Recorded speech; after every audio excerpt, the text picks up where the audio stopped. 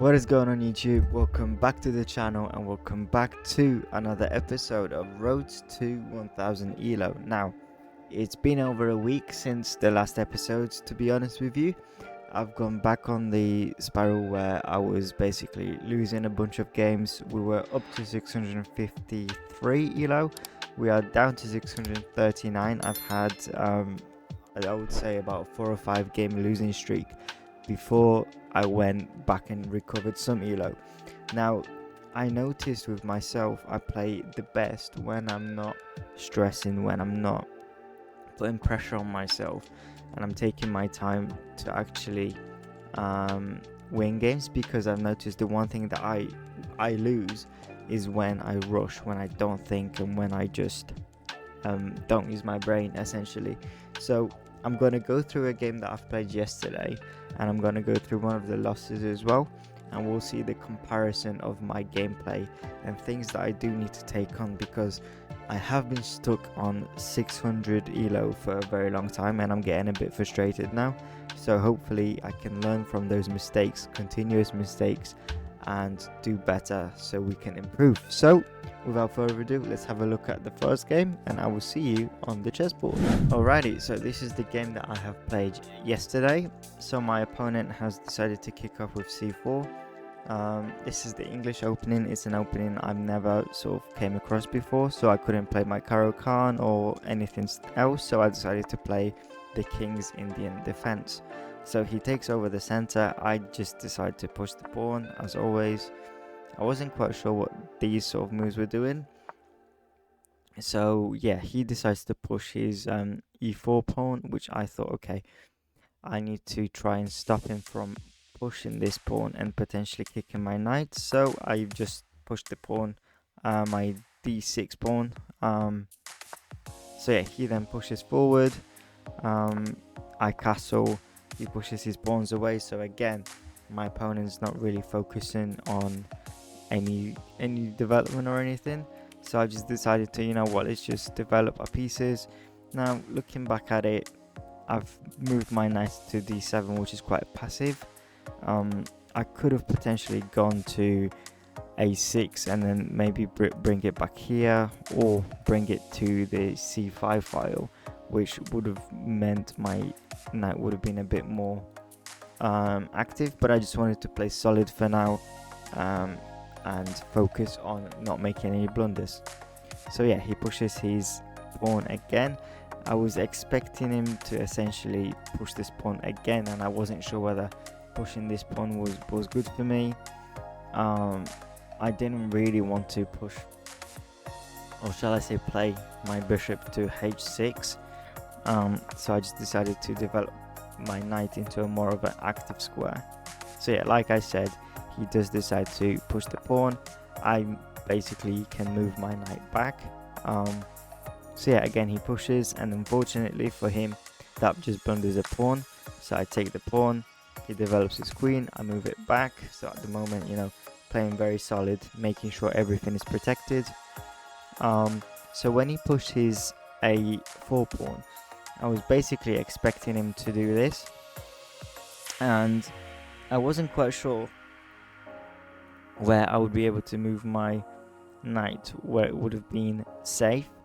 So I thought, if this is coming, let me just create a little pocket for myself, and I've just pushed my b pawn so I can snook my knight back to here if I need to. And yeah, so he decides to then push his rook. I wasn't quite sure what that did. I centralized my rook because I was thinking about doing pawn breaks and, you know, having my rook aligned with his king. I thought, you know, it's never a bad idea. The only thing about King's Indian I notice is the position for black does get quite cramped, and it's about, you know, getting out of it and creating pawn breaks. So yeah, he pushes his pawn like I predicted, so I'm, you know, going back on myself. Now, as you can see, I have no good squares. Another alternative would be for me to go to a6, but then again, if he pushes, it can get a bit ugly, because let's say he goes there. Yes, I can jump back here, but I'm making so many moves with my knight, and I wasn't sure whether that was the better idea for me. And then potentially I could push this pawn, because if he takes, it opens up my rook. So this is also an idea that I probably could have had. But yeah, I started my knight back. He then develops his bishop, and then that's when I decided to go for a pawn break. He takes, I take back with a check.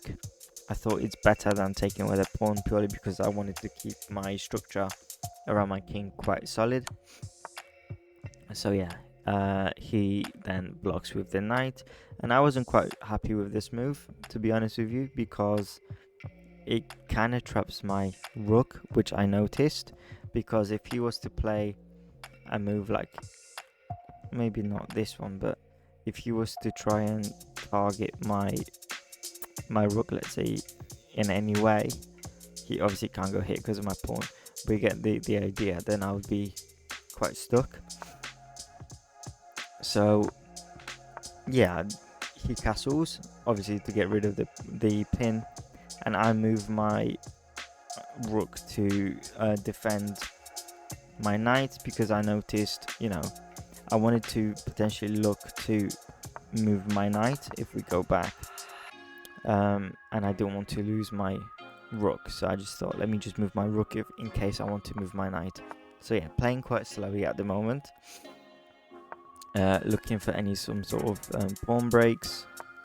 I undevelop, which I'm not quite sure why I decided to do it, but I guess I just was playing solid, and I was taking a lot of time in this position because I really didn't want to drop any pieces or anything. So he pushes his pawn.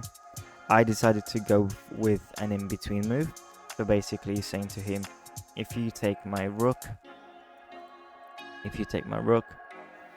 I will take your queen. He moves back.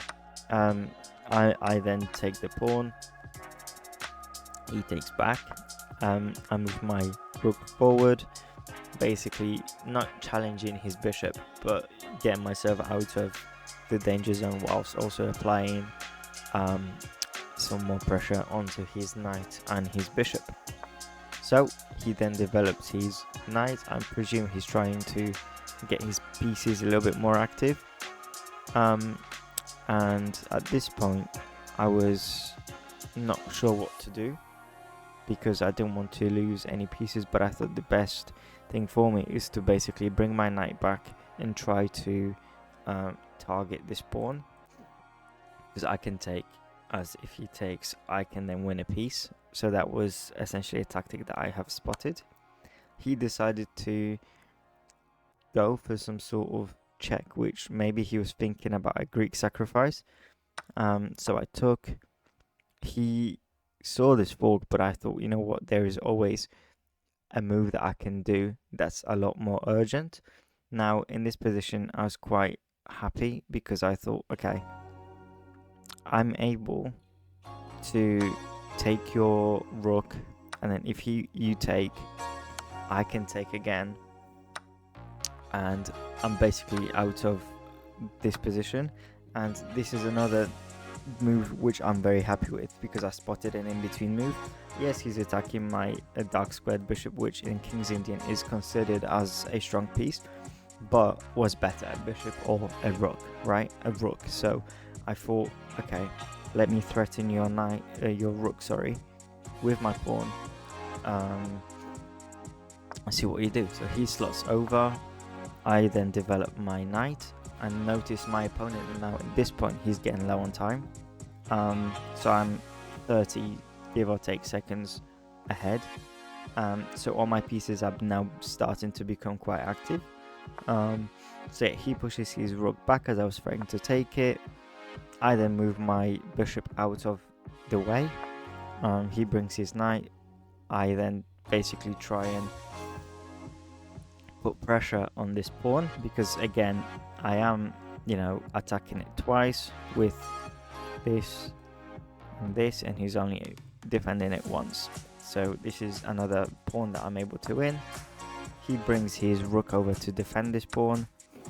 I take it anyway because, well, I can win his rook. So yeah, he decides to bring his knights a little bit closer.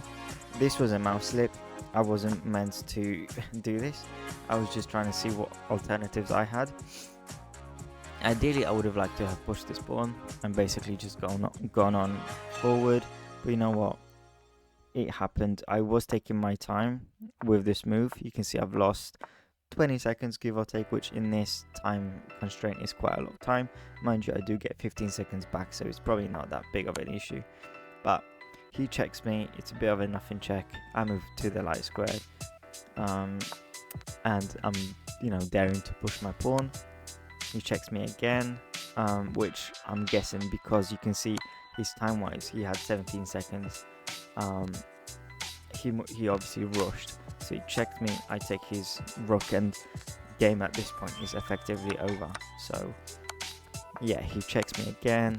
I was a bit scared whether he was able to check me with 2 knights, but he was making the wrong moves, and yeah, I was just able to push. At this point, I thought, okay, if you take this pawn, I can take your bishop, and well ahead. But he decides to try and check me again, and I've noticed he was panicking at this point. He was trying to obviously get himself some time back.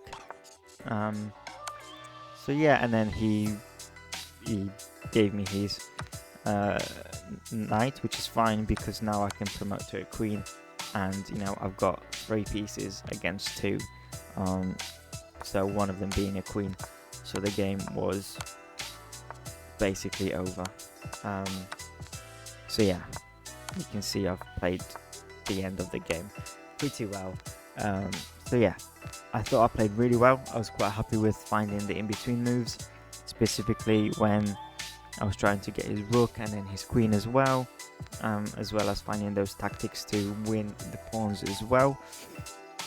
So yeah, I thought I played this game very well. So now let's have a look in the engine and see what the engine has to say. So this game was a bit low in terms of accuracy. You can see I have a 71.8% accuracy. No blunders from me, which is pretty good to see. My game rating is 1000, my opponent's is 700. It says I've played my opening with 76% accuracy, middle game with 61, and then the end game was 87. So let's quickly go through the moves. So all this was fine, and now it says my opponent was making a miss, but it says this was a mistake. It does want me to push here. I'm guessing that's because it forces him to take, and then if he takes, I can then take back, and I'm attacking this. So yeah, it definitely makes sense, and it's something that I probably should have done. Maybe it means I can push again, because let's say if he does do this, right, I can then push forward and then force a trade, essentially, unless he wants to go back. I wonder whether it's okay for me to push, or if that's too risky. It doesn't like this move, which I probably wouldn't have played it anyway because it does seem quite risky. What if we push? So no, because that's a silly idea. So yeah, going back to what we played, he pushed, I developed my knight, he brings it here. Again, it does prefer my knight on the h5, but as we all know, knight on the rim is grim, and I don't want to put it here because if he was to push, my knight is under pressure again, and I'm running out of squares. Yes, I could have probably gone here and then win a piece, but yeah, it was something I was debating, but I just thought moving back to the saves is the safest and the most solid option for me. So yeah, he pushes the pawn, which then loses a pawn effectively. I feel like during this game I was never really losing. It was just about finding tactics and being more precise. And it says he didn't like this pawn move, even though I quite liked it from the standpoint of I'm able to tuck my knight back if he does push. Let's say I do this instead. He takes, right? I would take back again because I wouldn't give him a free piece. and then he does this, and what do I do? Oh yeah, of course, then I can take the rook. Yeah, I guess I wasn't thinking that far ahead, so it all makes sense now. But anyway, pushed back, I've gone back. Developing his bishop wasn't great, so yeah, now I'm making the break with the check as well. He blocks it. Yeah, this move, like I said, I wasn't very happy with because it does block my rook, and yeah, like I did say, going here is not a bad move because he can push or take or do whatever. I mean, ideal would be that he takes, because then I can take back with the rook, like I said earlier. But yes, this move I wasn't very happy with, and we were actually losing in this position because of this move, quite frankly. So yeah, he makes a mistake. We push forward. Interesting that it doesn't like this. I understand it's a weakness, but I am trying to break through, win a pawn. So yeah, again, this is a miss. It says I had a chance to punish my mistake. Yeah, I could have taken, but then what happens after he takes? I feel like that doesn't really do anything, because let's say I give him my knight. I'm not really threatening to take this, so I'm guessing his idea would be to take. I don't understand why the machine doesn't want me to just take and then open up the file. It's a trade, and I'm guessing trades tend to favor us in this position, especially with a pawn up, but it's just not something I was able to see, so yeah. Oh wow, okay, it didn't like the in between move, but to be honest, I'm quite happy with it. So yeah, pushes back, we take. Interestingly, it does still want me to take here, because if he takes, I can take, but then I'm losing another piece, so I'm essentially losing a rook for a few pawns. I don't like that, to be honest. So I'm quite happy with what I found anyway.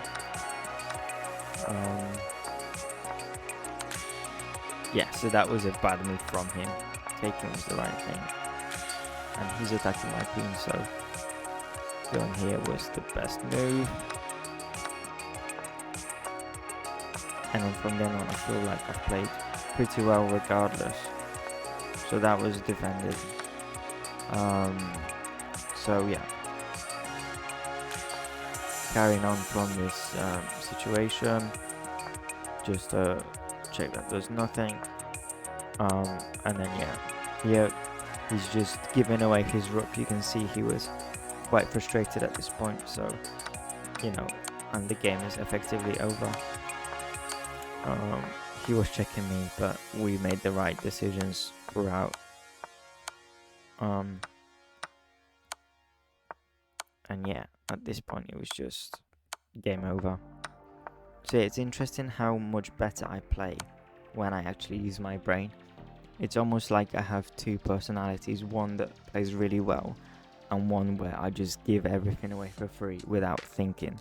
So let's have a look at a different game, one that I have lost, and see the differences and the behavior and patience differences between games like this and games that I lose. Alrighty, so we're gonna just continue on with the analysis. I thought this would be a better way for me to go through it, so we can go through the loss straight away.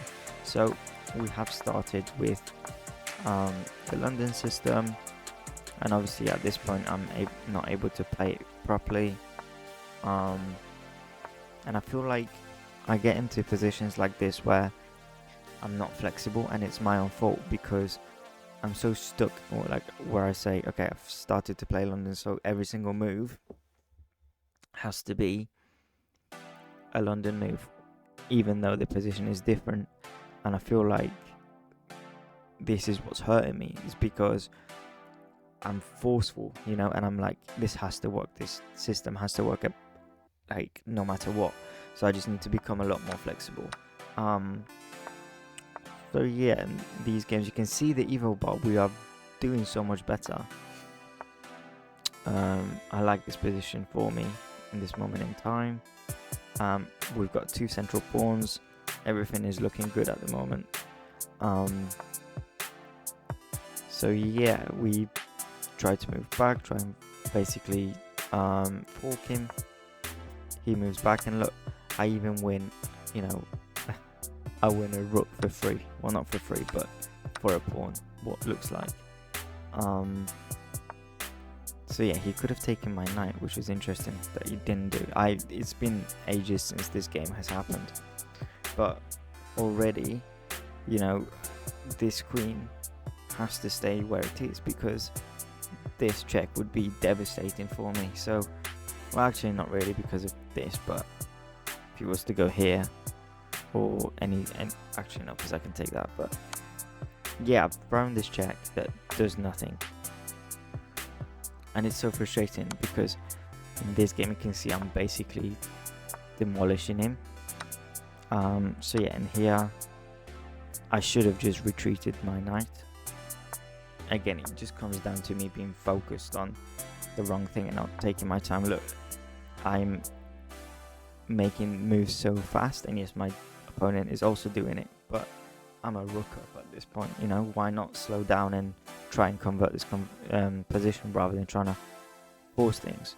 So in ideal world, I wish I would have just, you know, pushed my knight here and then maybe try and, you know, do something. But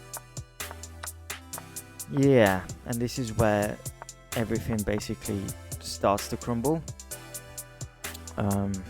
So yeah, you can see the evo bars just dropped because his knights are coming in and they're gonna be devastating. So yeah, you can see what happened. So he's got this check that's gonna win my queen, and the whole position is essentially falling apart. And from being a +5 up, I'm now down 8 points of material. And it just all comes down to basically not playing well enough, and here's the checkmate. So it's so interesting how we were in a position where here I was +4, and look, I had +537 advantage on the elo bar. So yeah, very disappointed to see this happening, particularly when I saw this come in. You know, could have dropped here to try and keep things, you know, together, or even, you know, he's trying to come here, maybe even move this knight out of the way, because let's be honest, nothing's, yeah, if I go here and he comes here, well, this idea doesn't exist, right? I mean, he can still do this. No, he can't because of this.